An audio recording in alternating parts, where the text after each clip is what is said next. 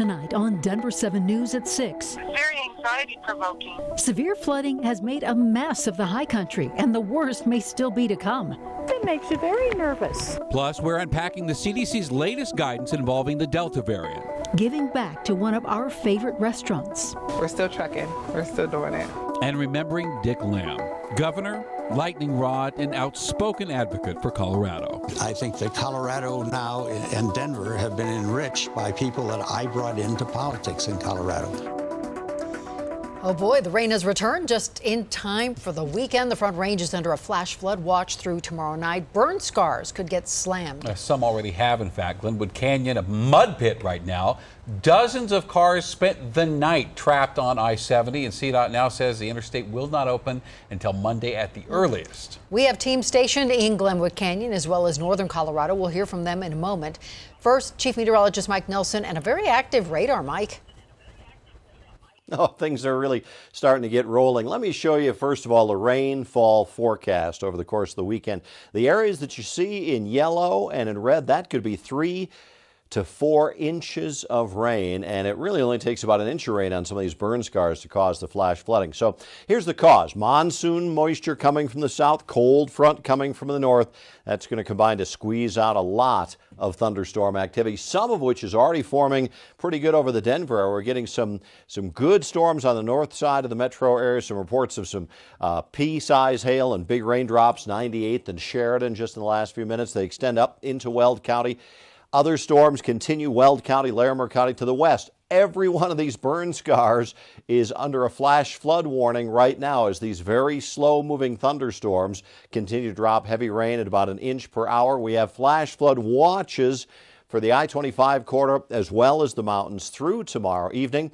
Out to the west, Grizzly Creek also under the flash flood watch. No warnings currently, but boy, the damage was sure done there last night. And we have more of them down in the Sylvan fire burn scar and down to the south, just to the west of the Buena Vista area along Highway 50. And more activity back toward Telluride. So the upshot for the weekend, any of these storms will drop heavy rain an inch or more an hour.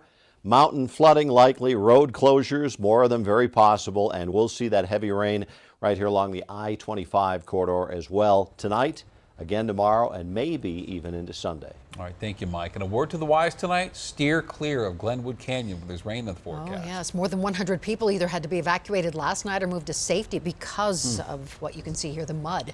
There is a detour in place on I-70, but it will add hours onto your trip. Denver 7's Patrick Perez has been making the slow trek up I-70 since this morning and joins us live now. Patrick?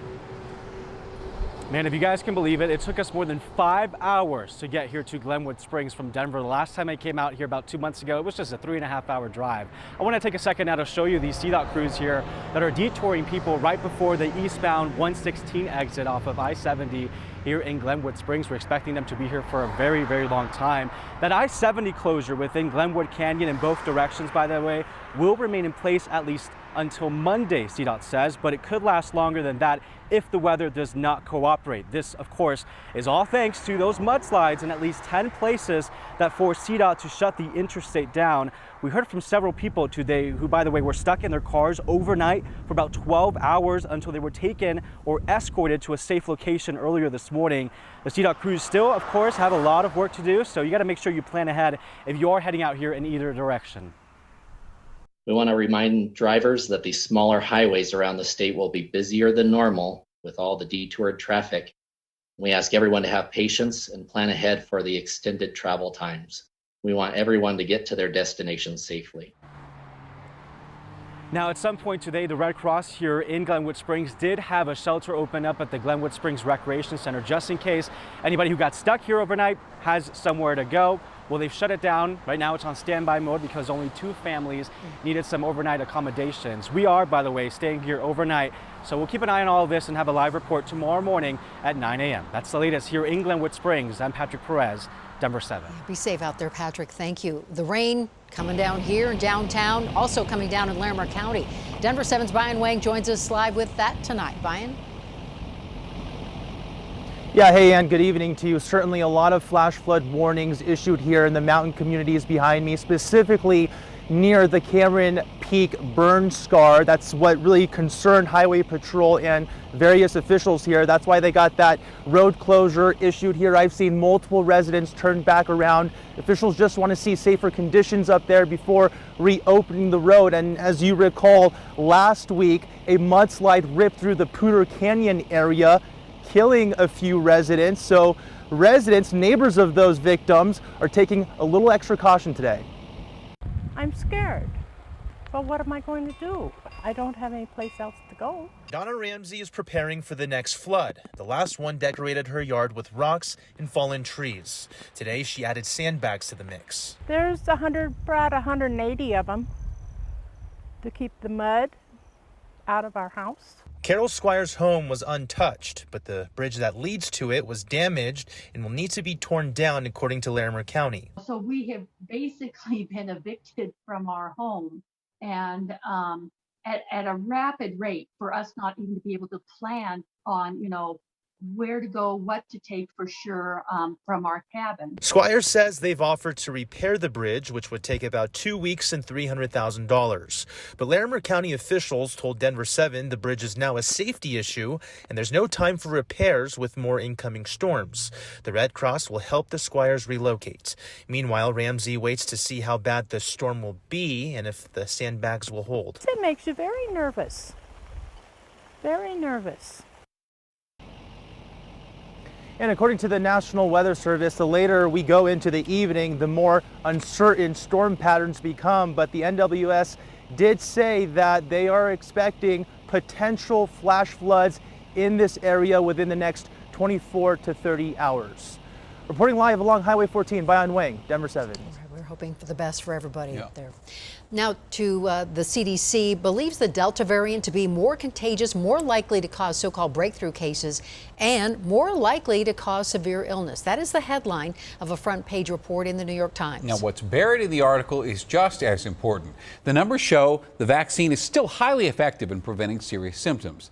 And there's also the issue of contagion. Data suggests the vaccinated are capable of carrying and transmitting the virus, though probably not nearly at the rate of the unvaccinated. So bottom line, the vaccine isn't perfect, but it's far and away the best protection we have. By not sort of taking your own measures to protect yourself and others, in a way, it's sort of selfish because there are people in our community who are vulnerable. And right now, all our little kids are vulnerable because they're not vaccinated. Why take that chance? The CDC recommends vaccinated people living in high-risk areas wear masks while indoors and in public. And parents of young children, for those with immunocompromised individuals in their lives, may also consider masking up again. The CDC says the unvaccinated should go get vaccinated. Now, in light of the new recommendations, Jeffco Schools announced today it will require students from preschool through 6th grade to wear masks. Masks will be encouraged but not mandated for older students. And by the way, there's nothing in that CDC guidance that says you have to be happy about any of this. It is upsetting. It's upsetting that so many people still haven't gotten their shots. Frustrating that we don't have a vaccine for young children yet. But Whitney Carney is a licensed professional counselor with Health One, and she says it's okay to feel angry. You are allowed to be irritated and frustrated and, angry about what's going on and the changes that are happening and the limitations that might bring to, your social life or your vacation. I mean, not dismissing those or minimizing those feelings because they're valid. And Carney says one way to cope with COVID-infused anger is to acknowledge what you can or cannot change. And another way is to remember we have come a long way from last year, and life really is much better now than it was then. The man who hit and killed State Trooper Cody Donahue has been sentenced to 30 days in jail and 2 years probation. Noe Gomez Ruiz was convicted of careless driving and another traffic violation back in May. He was originally charged with the far more serious crime of criminally negligent homicide. That was dismissed following a series of missteps by the prosecution. A bill to designate a former Japanese internment camp in southwest Colorado as a National Historic Site overwhelmingly cleared the U.S. House today. More than 10,000 people passed through that camp, Camp Amachi, during World War II. Some made their lives there. Others got out as soon as they could. None were there by choice.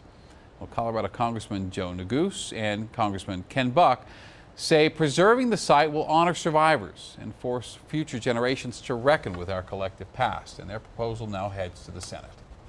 Former Colorado Governor Dick Lamb has died following complications from a pulmonary embolism. Lamb's career was a complicated one. As a state legislator, he helped pass the first law in the nation to loosen restrictions on abortion.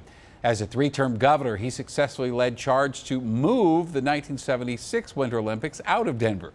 And he also valued transparency. In fact, his Colorado Open Records Act, CORA as it's called, has been a cornerstone of local journalism for more than 50 years. Lamb's later years proved controversial. In 2003, he claimed multiculturalism was destroying the country. The Denver Post reports he was also an advisor to the Federation of Immigration Reform, an organization labeled a hate group by the Southern Poverty Law Center. Colorado politicians eulogize Lamb today as a thoughtful, interesting person who also spoke his mind. Governor Polis said he took on the tough issues and never shied away from civil political discourse. Senator Michael Bennet said his independent thinking, innovative spirit, and commitment to service embodied all the best qualities of Colorado. And Colorado Springs Mayor John Suthers called him politically fearless and said he'd never met a politician who was so candid about his mistakes. Dick Lamb was 85 years old. He would have been 86 next week. Funeral services have not been announced.